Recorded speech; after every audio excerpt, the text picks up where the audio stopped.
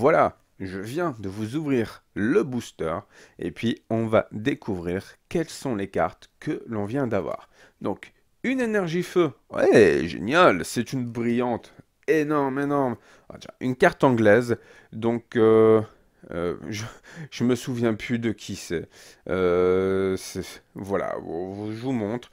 Dracofeu MX, mais trop bien, mais on a plein d'ultra rares en fait dans ce booster-là.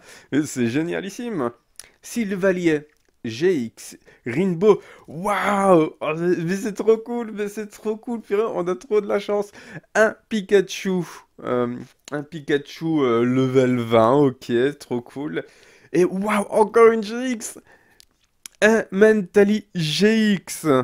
Waouh, putain, trop de la chance. Non, mais t'es conscient que les cartes là Hein? que Quoi? tu viens de déballer sont des fausses? T'es sérieux? Bah oui. En plus de ça, on n'a jamais d'ultra rare autant dans un booster, hein, deux maximum. Donc je vais être obligé de faire une vidéo sur le sujet. J'ai vraiment pas le choix, hein. Ok, c'est parti. Abonne-toi!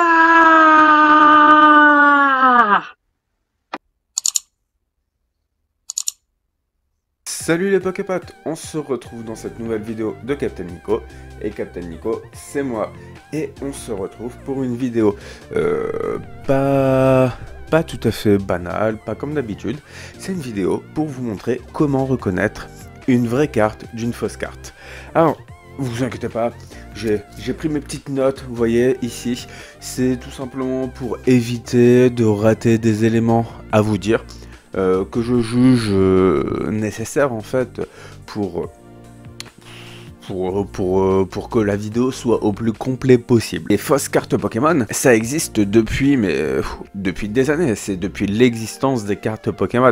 Je pense que c'est le cas également dans d'autres séries, vu que quand une série fonctionne, forcément, il y a forcément quelqu'un derrière qui va essayer de copier, et on blâme, mais ce sont souvent les Chinois qui le font. Je vous dirai pas non plus où est-ce que vous allez pouvoir en acheter, parce que c'est pas le but de la vidéo, et clairement je ne fais pas la promotion des fausses cartes Pokémon. En tout cas, ce qui est sûr, c'est qu'on en trouve de plus en plus, que ce soit dans la cour de récré, en vide-grenier à l'époque où il y avait des vides-greniers, et oui, ça existait, les vides-greniers, chez des particuliers, sur Le Bon Coin, ce genre de choses, sur Vinted aussi, eBay. Tout simplement parce que maintenant on peut les acheter par lot de 100 juste pour 1 euro, voire même moins. Et le truc c'est que au-delà de ceux qui les vendent à 1 ou 2 euros, où là on se dit ouais ça sent pas très bon, eh bien il y a des personnes qui essayent d'en vendre des on va dire plutôt correctes, on va pas dire bien faites, mais des plutôt correctes, au prix des cartes, au prix de la cote en fait. Par exemple, une carte qui vaut 100 euros, il va vous trouver sa contrefaçon pour essayer de la vendre à 90 ou 100 euros. Et là, on a déjà passé une fiche pour vous dire à quel point la vidéo elle est rapide. On va se faire un petit comparatif, une petite comparaison. Là, je vais vous mettre des cartes devant. Voilà. Et je vous laisse me dire, pour vous, là je vous fais passer des cartes, hein, et je vous laisse me dire, pour vous, quelles sont les cartes qui sont fausses. Là vous me le dites en commentaire, vous ne trichez pas, vous n'allez pas à 2 minutes après la vidéo. Voilà. Je vous en montre, hein, comme ça. On va se les poser ici. Comme ça. Un petit Pikachu. Eh, moi c'est Pikachu. Un petit Dracofeu. M Charizard X. C'est pas parce que c'est en anglais que c'est forcément des fausses, hein. Moi personnellement, j'ai déjà acheté au Pokémon Center de Londres des cartes Pokémon. Et elles étaient forcément en anglais. Et un petit Mentally en anglais. Voilà. Donc je vous laisse me dire, là vous avez 10 secondes. Je vous laisse me dire, pour vous, quelles cartes parmi les 6 là sont fausses. Voilà, je vous laisse, allez-y, mettez en commentaire. Profitez-en également pour vous abonner à la chaîne, tant qu'à faire, si vous êtes nouveau. Voilà, hein. Et puis, voilà, on va en venir au résultat. Elles sont toutes fausses. Elles sont toutes fausses. Celles-ci sont toutes des fausses cartes. On va se mettre des petites cartes en comparaison à côté. Forcément, j'ai pas forcément eu le temps d'aller chercher celle qui correspondait, mais bon, j'en ai quand même une qui correspond. Voilà. Et on va mettre celle-là pour celle-là. On va commencer donc avec celle-ci. On va voir un peu la différence. Hein. Vous avez vu déjà, alors, hormis en dehors de ce que je comptais vous dire en conseil, donc là, je vais vous donner les conseils pour reconnaître les cartes juste après cette petite comparaison. Et là, vous pouvez voir que par exemple, sur une vraie carte, Moumouton, eh bien déjà, le cadrage est nickel. Alors, on va pas parler de la brillance qui est tout autour de la carte, parce que ça faisait partie de l'identité de la série d'où doit provenir normalement le Pikachu. Et là, par exemple, dans l'holographique du Moumouton, eh bien, on voit des petites brillances supplémentaires. Je sais pas si vous voyez, ça donne un petit effet de petite bulle, tout ça. Et c'est un peu une signature sur les cartes Pokémon, sur les holos que Pokémon Company a fait. C'est que bah, normalement, il y a une petite brillance un peu stylée. Et là, sur Pikachu, absolument pas du tout. On dirait qu'il est tout rayé et tout. Voilà, on va se le mettre de côté. Maintenant, on va choper le Sylvalier. Et vous voyez, donc là, ça c'est une Rainbow, ça c'est une Rainbow. Ce sont tous les deux des Rainbow. Ce sont censés être les mêmes. Et vous voyez, là, on n'a pas du tout la même chose. Donc, en premier conseil que je peux vous donner avant d'en arriver au vrai conseil, c'est toujours, si possible, vous voyez, le cadrage n'est pas du tout le même. Là, c'est fade. On dirait que la couleur est délavée et tout. C'est, si possible, avoir soit sur soi ou en photo des exemples de cartes, en fait, pour faire la comparaison, soit via Internet ou ce genre de choses. Là, vous voyez, c'est pareil, là, c'est fade et tout. La brillance, elle est chelou hein, sur le Dracofeu ici. Et là, on est sur quelque chose de plus classe. Voilà, c'est classe. Là, c'est dégueu. On dirait genre un clodo qui a essayé de s'habiller en roi. Et là, c'est le vrai roi. Voilà. En fait, il n'y a pas grand chose à dire. Vous voyez, là, il y a une brillance plastique. Alors là, même à travers une sleeve, on l'a pas, cette brillance plastique. Et la petite comparaison avec deux cartes similaires. La vraie de la fausse. Essayez de la reconnaître. Voilà. Je veux dire, il n'y a aucun mot pour décrire, hein. C'est celle-là la vraie. Là, on est sur une brillance en flamme, vous voyez? Un peu, ça fait des flammes, il y a un côté stylé, en fait, qui correspond au Pokémon, à la carte, comme si que ça faisait partie de son mouvement. Là, à côté, à gauche, bon, c'est une brillance comme ça. En tout cas, je vous les laisse là. Sur le board, on voit clairement les fausses. Je vous les laisse là sur le board pour pouvoir les regarder en même temps que je vais vous donner mes petites astuces. Ce sont des astuces qui peuvent vous servir même si vous n'avez pas la carte d'origine pour faire la comparaison.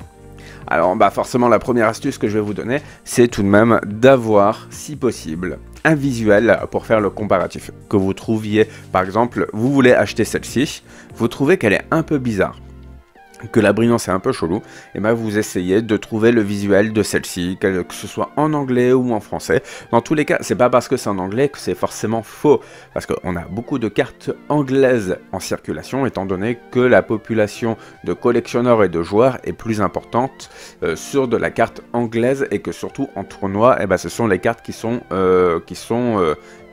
acceptées en fait pour les tournois. Je vais me contredire un peu, mais souvent, les fausses sont en anglais, pour la simple raison, comme je viens de vous le dire, qu'il y a plus de collectionneurs sur les formats, sur les langues en anglais, que en français. Et bah forcément, les mecs qui vont faire des fausses cartes, ils vont pas se dire, allez, on va faire des cartes en anglais, on va faire des cartes en espagnol, on va faire des cartes en français, tout ça.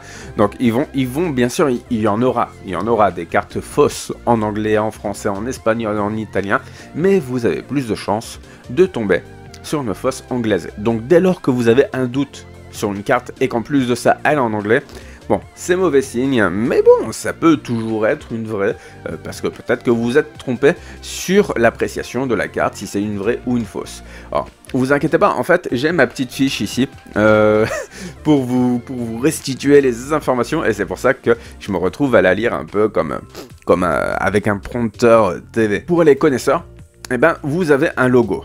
Le logo, vous voyez en bas à gauche, avec le numéro. Donc vous avez ce logo-là correspond à la série d'où doit provenir la carte. Il peut arriver que sur certaines cartes, ce logo-là soit pas un vrai logo. Et donc cette remarque, cette astuce fonctionne pour ceux qui sont un peu connaisseurs, qui en gros, si le logo ne vous parle pas du tout, essayez de le retrouver sur Pokécardex, ce genre de site internet qui référence en fait toutes les séries. Et en plus de ça, vous avez les logos qui sont associés à ces séries-là. Et ça vous permet de voir que si le logo ne correspond à aucune série, vous êtes quasiment sûr que c'est une fausse carte. La texture, je vous avais parlé de la fameuse texture plastique. Ça fait une texture un peu chelou. Donc là, ça celle-là, elle est assez parlante. Là, on a une sorte de texture plastique qui est assez dégueulasse. Hein. Même derrière, regardez, ça brille, ça devrait pas. Là, on va prendre Moumouton, vous voyez, c'est mat. Je vous les mets côte à côte, vous allez voir, normalement, ça devrait pas briller comme ça, en fait. Voilà. Et je vous les mets côte à côte, là. Vous voyez, sur l'ensemble de la carte, il y a une sorte de film de plastique, de film brillance. Et c'est là-dessus, en fait, qu'a été imprimé d'une certaine manière la carte. Et ça les rend, on va dire, un peu des cartes un peu en plastique, qui fait que souvent ce sont des cartes qui sont moins abîmées que des vraies. Et malheureusement, c'est vrai, ça les rend peut-être plus faciles à protéger, ou du moins faciles à abîmer. Mais en tout cas, c'est un signe de fausse carte. Ça, c'est une certitude. On a également les effets texturés. En fait, sur les cartes Full Art et sur les cartes Rainbow, donc on va se mettre ça ici. On a ce qu'on appelle le texturé. Donc le texturé, vous regardez en bas de la carte de Cisaiox ou en haut. Là, on le voit bien. Ça fait comme des sortes de petites lignes, comme des sortes d'empreintes de doigts. Et clairement, vous ne l'avez pas. Vous ne l'avez pas sur les fausses cartes. On va même se regarder ça sur celle-là. Et vous allez voir qu'on ne l'a pas en fait. Et alors que sur la vraie, on l'a.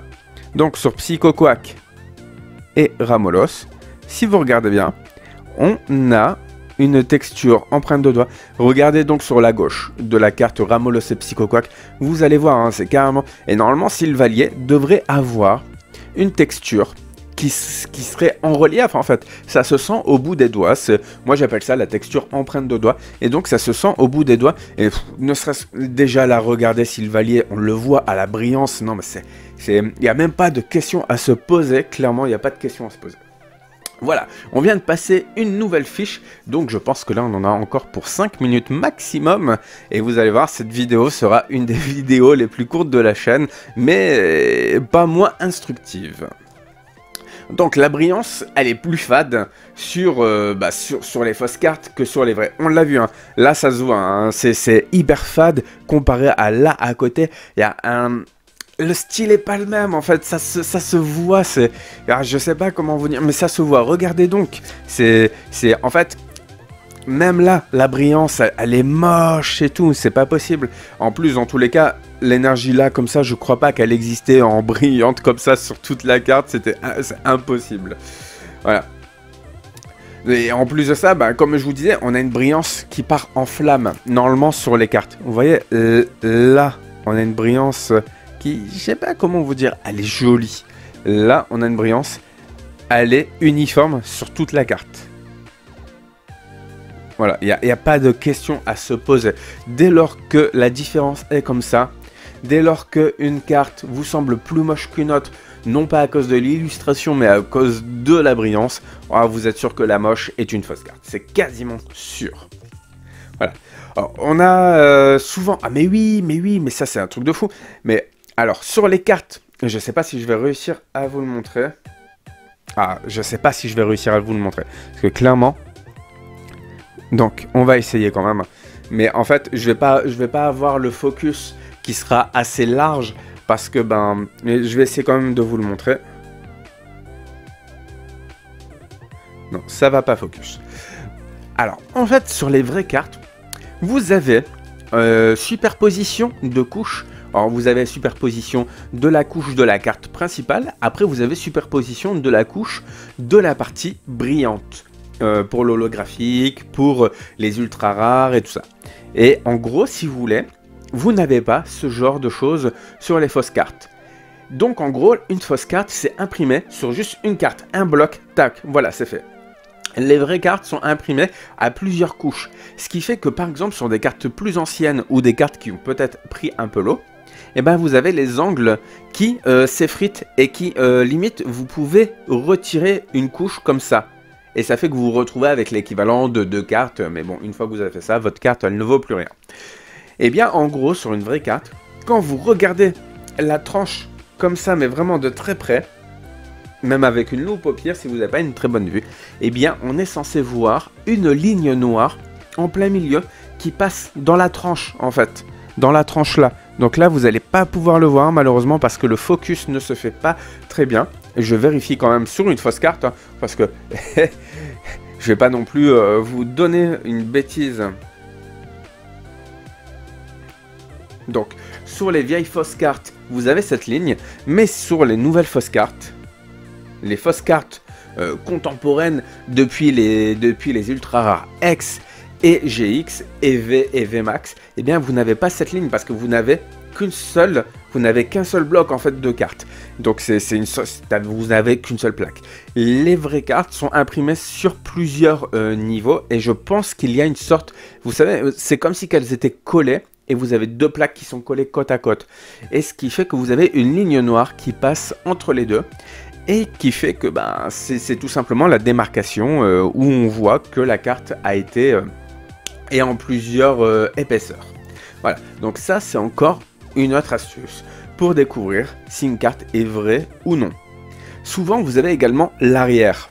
L'arrière qui, donc pour la Pikachu qui a cette fameuse ligne, donc on pourrait quand même se poser la question dans le doute, hein, dans le doute où, allez, admettons que qu'on n'ait pas remarqué que l'holographique était moche. Admettons qu'on n'ait pas remarqué également que la carte de Pikachu était mal centrée.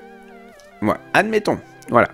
Eh bien, retournez la carte et vous allez voir, là, la Pikachu, elle est comme délavée à l'arrière. Ça se voit, hein. Là, Moumouton, c'est celle de gauche et Pikachu, c'est celle de droite. Clairement, il n'y a aucune... Il n'y a pas à chic. On va prendre Dracofeu MX. On va se la mettre, hop là, juste à côté. Là, pas à chica. Dans tous les cas, la Dracofeu MX, on la remarque, sa brillance plastique, elle est toute à droite.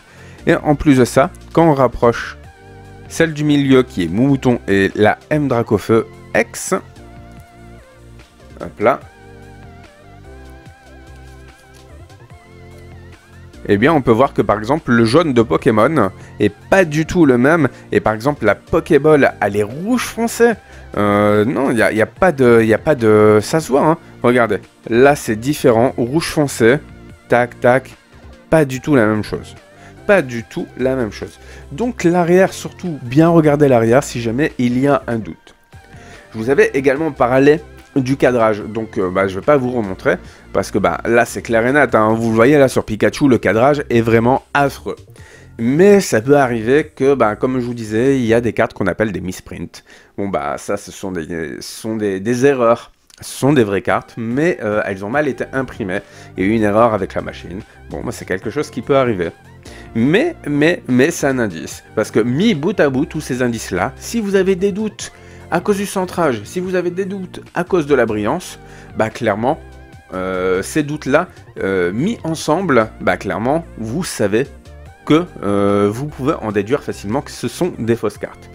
Et puis, on a également la taille qui peut être différente. Il peut arriver que certaines cartes soient pas du tout exactement de la même taille. Malheureusement, c'est quelque chose que vous ne pourrez pas voir, sauf si vous avez les cartes en main et que vous avez une carte pour faire la comparaison.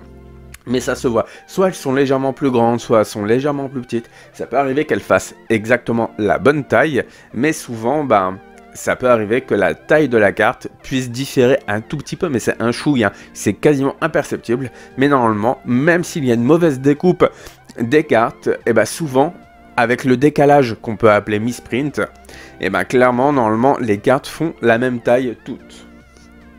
Et puis après, dans le pire des cas, si jamais, après tout ça,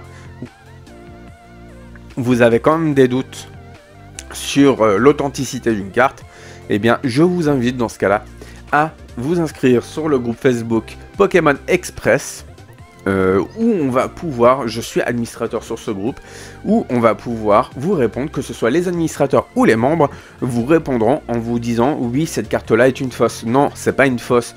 Donc voilà, dans tous les cas, je veux dire, si jamais vous n'arrivez pas à découvrir si une carte est une fausse ou une vraie, dans tous les cas, eh bien, vous pouvez toujours faire appel à la communauté Pokémon qui va vous aider avec plaisir parce que les fausses cartes sont un vrai fléau. Et clairement, si on a moyen de faire en sorte d'empêcher la vente, ne serait-ce que même si c'est hyper intéressant, 1 € une fausse carte ultra rare, clairement, il faut éviter parce que bah, c'est quelque chose qui pollue énormément le monde des cartes Pokémon. J'espère en tout cas que cette vidéo vous aura plu. Moi, ça m'a fait plaisir de vous faire cette petite vidéo là. Et puis, bah, on se retrouve très prochainement, normalement demain ou après-demain, en fonction des programmations que je vous aurai fait. Parce que bah, oui, j'ai un bébé, donc maintenant il faut que je programme les vidéos. Et bien, vous aurez certainement du déballage de booster XY Evolution avec la pesée des boosters. Et ouais, rien que ça. Allez, on se retrouve d'ici là dans les prochaines vidéos. Et puis, bah, d'ici là, je vais me répéter, n'arrêtez pas de geeker. Allez, ciao!